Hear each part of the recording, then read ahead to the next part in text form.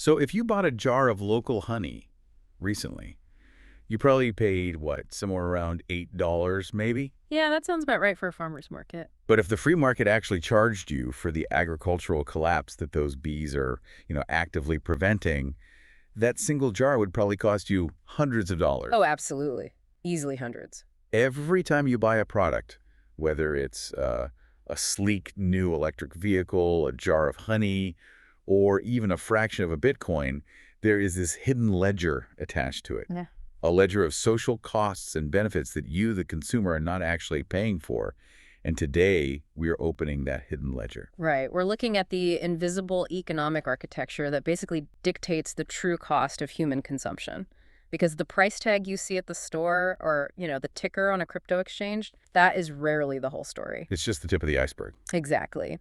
The free market has this persistent habit of producing way too much of the things that harm us and not nearly enough of the things that actually sustain us. And the mission for this deep dive is to really decode the mechanics behind that habit. We're going to explore what economists call market failures and externalities. Plus, we'll look at how governments try to step in and fix the math, and how those interventions can sometimes, well, trigger even larger systemic failures. Yeah, and to map this out, we're drawing on a really interesting stack of sources today. We've got an economic framework on market failure, a super localized case study of a Bitcoin mining operation up in New York, a Bloomberg report that dissects a major flaw in South Korea's carbon trading scheme. That one is wild, by the way. Oh, it really is. We also have a Kiel Institute deep dive into China's green technology subsidies, and finally, a proposal on the fragile economics of apiculture. Or, beekeeping. Okay, let's unpack this. Yeah. Because economists love to chase this concept called Pareto optimality, right? Yes, the holy grail of economics. Right. It's this theoretical, frictionless utopia where the marginal social benefit perfectly mirrors the marginal social cost. I always kind of picture it like a perfectly sliced pizza at a party. Okay, I like that. Yeah, like every single crumb is distributed to maximize total happiness in the room. There's no wasted crust, nobody goes hungry, everyone gets exactly what they want. But, we don't really live in a perfect pizza party, do we? No, we definitely do not. Pareto optimality is just the mathematical ideal. When a market hits that exact sweet spot, it's called socially efficient. Community surplus is maximized. Which means what exactly? It means the buyers are getting the maximum possible utility from their purchases, and the sellers are extracting the maximum possible efficiency from their resources.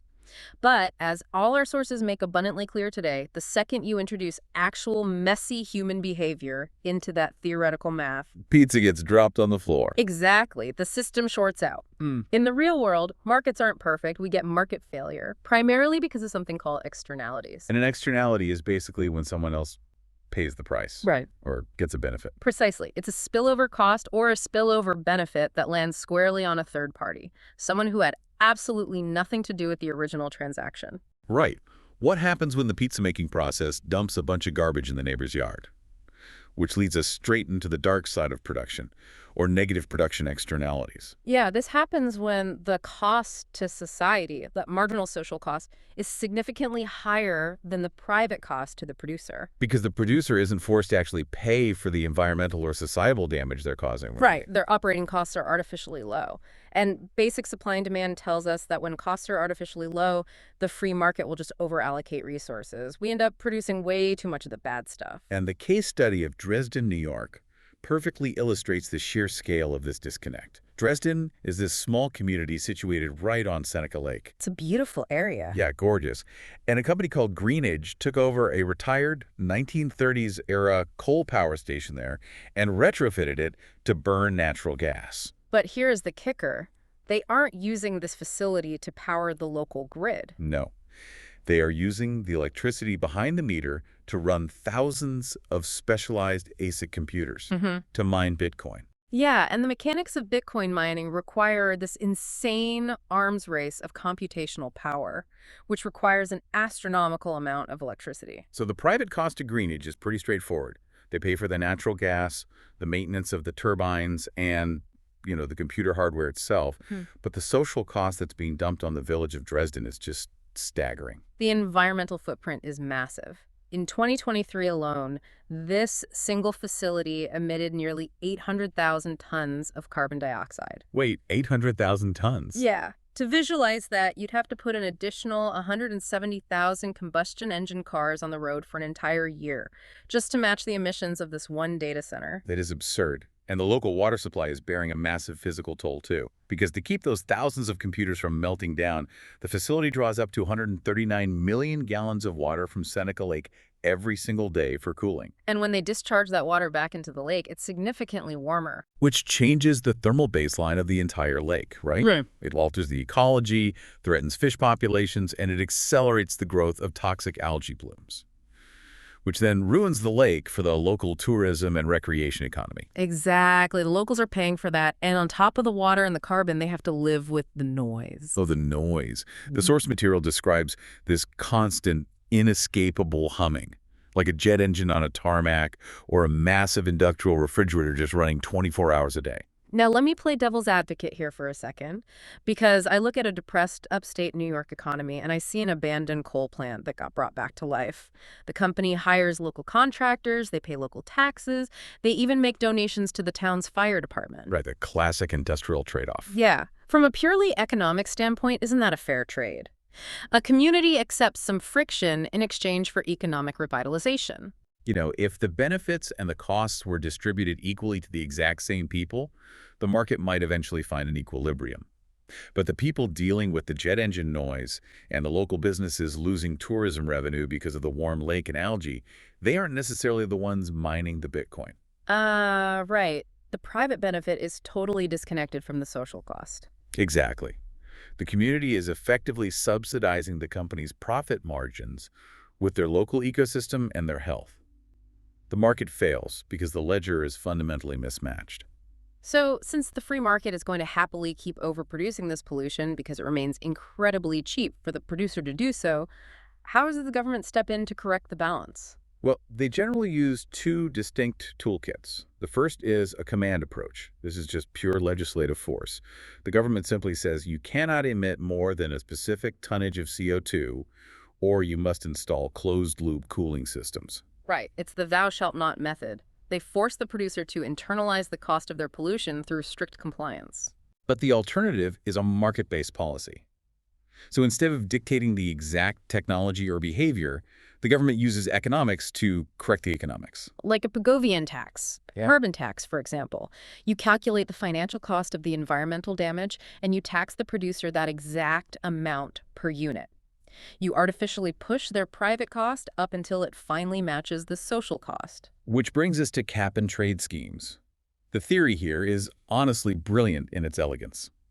The government sets a hard limit, a cap on the total amount of allowable pollution for the entire country, and they divide that cap into individual permits. Right, so if a company wants to emit a ton of carbon, they have to surrender a permit. Exactly. But if a company invests in green technology and slashes their emissions, they don't need all their permits, so they can sell the extras to the dirty companies who are falling behind. And over time, the government slowly shrinks the total number of permits, forcing the price up and making it cheaper for everyone to just innovate rather than buy these expensive permits. It creates a financial incentive for environmentalism. But, and this is a big but, the Bloomberg report on South Korea's system reveals exactly how fragile these market-based mechanisms are when confronted with real-world variables. Yeah, South Korea launched this ambitious system covering roughly 700 of their largest companies, right? Right. Aiming to cut national greenhouse gases by 40% by 2030. That was the goal. But they made a critical structural error at the very genesis of the program. Rather than forcing companies to buy these permits at an auction, the government handed the vast majority of them out for free, based on historical emission levels. They gave out way too many. Way too many. They miscalculated the baseline and suddenly the market was flooded. In 2021 and 2022, the South Korean system had a combined surplus of 39.2 million tons of permits. Wow. That surplus alone is equal to 6% of the country's total carbon emissions for the entire year of 2022. What's fascinating here is how the mechanics of a surplus completely invert the intended outcome of the policy. Because the government oversupplied the market with free permits, the top 10 emitting companies in the country didn't face a financial penalty at all. No, they didn't. They actually generated a massive new revenue stream. These 10 companies collectively made 475 billion won, which is roughly 357 million US dollars, simply by selling the free permits they didn't use. And the reason they had unused permits wasn't even because they suddenly became incredibly energy efficient. Just look at POSCO, South Korea's biggest steelmaker and their #1 emitter. They made 31.1 billion won selling permits in 2022 And why did they have so many left over? because a massive typhoon hit the country, flooded their facilities, and forced them to halt steel production. Oh, wow. Yeah, they stopped emitting carbon because their factories were literally underwater, and the government's carbon market rewarded them with tens of millions of dollars for it. It's unbelievable. And it highlights a fatal vulnerability in market-based solutions. When a market is flooded with a surplus, the price of the asset collapses. Because of the oversupply, the price of South Korean carbon permits crashed 43% in a single year. Dropping down to just 9,131 per ton. It is exactly like giving students a limited number of hall passes to be late to class. If you run out, you get detention. Right. But if the principal miscalculates and gives out so many free passes that nobody is ever at risk of detention, the kids realize the passes have value, so they just start selling them to each other in the cafeteria for profit. The system designed to punish the bad behavior actually turns the bad behavior into a tradable asset. When the cost of a permit crashes like that, it's vastly cheaper for a corporation to just buy the cheap permits than it is to invest hundreds of millions of dollars overhauling their infrastructure. The incentive to innovate is mathematically destroyed. Exactly. If the government fails to accurately price the externality, the policy doesn't correct the market failure, it institutionalizes it. Okay, so we spent a lot of time focusing on the damage markets do when they overproduce harmful things. But the hidden ledger goes both ways. Markets also fail by producing vastly too little of the things we desperately need. Yes, let's flip the coin. This is the realm of positive production externalities. This occurs when the marginal social cost of producing something is actually smaller than the private cost to the producer. Meaning society is receiving a huge spillover benefit that the producer isn't being compensated for. Right. And in these scenarios, the free market consistently underallocates resources. Economists call this a welfare loss. Not because damage is being done, but because society is leaving immense value on the table. A great example from the sources is ecotourism. Say an entrepreneur buys a massive tract of the Amazon rainforest to run high-end zipline tours.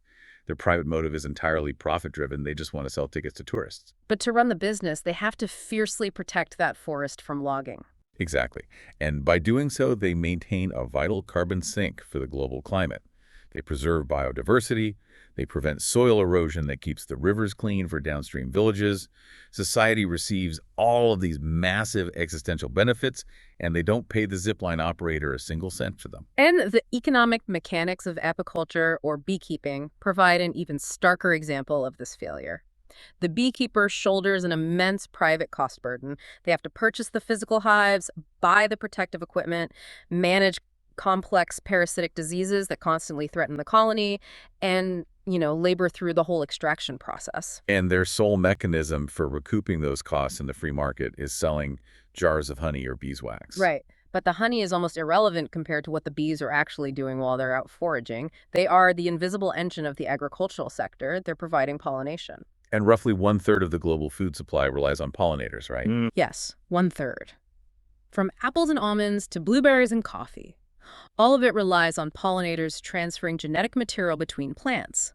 Without that uncompensated labor, crop yields would just plummet, and entire agricultural systems would face collapse. Yet bee populations are facing severe pressure from habitat destruction and pesticides. Which raises a really obvious question.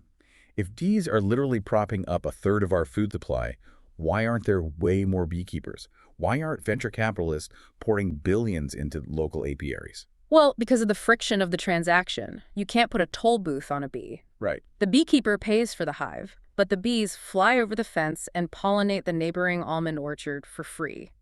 The almond farmer gets a massive boost to their crop yield without having to pay the beekeeper a dime for the service. Because the market doesn't financially reward the beekeeper for the spillover benefit they give to the world. Their revenue is artificially capped by the price of honey. Exactly. The market will never organically produce enough beekeepers to sustain the optimal level of agriculture because it refuses to pay them for their true value.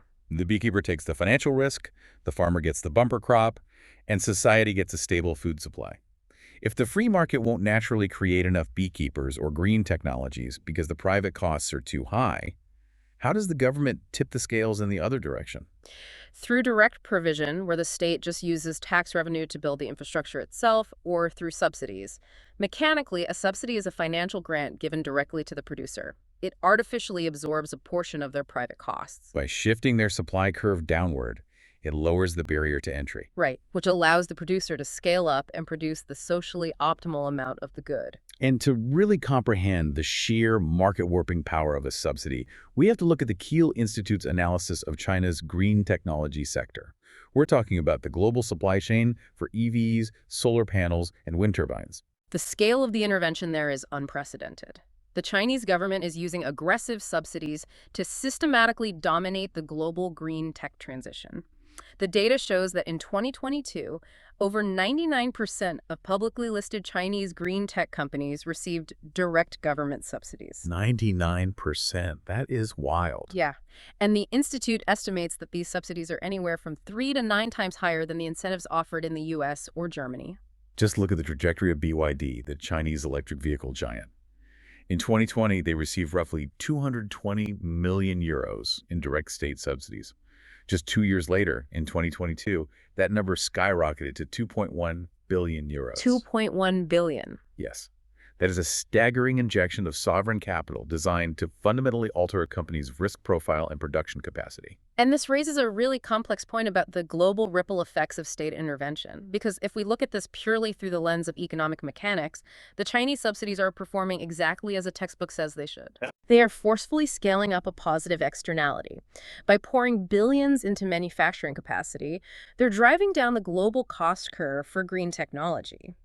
An electric vehicle or a commercial solar array is now vastly cheaper and more accessible for, say, a municipality in Germany or a consumer in South America. They're accelerating the global climate transition by making the technology affordable. Right, but the mechanism that solves the climate failure simultaneously creates intense tension globally. A traditional automaker, one relying on private investment and standard profit margins, simply cannot compete on price against a competitor subsidized by a sovereign treasury. So the intervention lowers global emissions, but it completely upends global trade flows. The government is calculating that the long-term global positive externality of a rapid green energy transition justifies the immediate financial cost of the subsidies and the resulting trade friction. Exactly. They are stepping in to pay the premium for a spillover benefit that the open market was just adopting way too slowly. So what does this all mean for you? Whether we are analyzing a microfinance grant that helps a local farmer afford a dozen beehives or tracking billions of euros flowing into a giant EV company, the underlying economic engine is identical. It really is. Society requires certain spillover benefits to survive. And when the free market refuses to price those benefits accurately, intervention is basically the only lever left to pull. Every market transaction is like dropping a stone in a pond. The free market only looks at the buyer and the seller, the stone and the water. But society feels the ripples. Next time you buy a jar of honey or plug in an electric vehicle or read a headline about crypto mining, try to look past the price tag. Spot the hidden ledger. Yes. Whether it's the deafening noise of a Bitcoin mine echoing across a quiet New York lake, the catastrophic crash of carbon permit prices in South Korea, the silent uncompensated labor of a million bees in an almond orchard, or the sudden affordability of a subsidized solar panel. The externalities are everywhere. The hidden ledger is always keeping score, even if we refuse to look at it. And if we connect this to the bigger picture, maybe consider this final thought to mull over.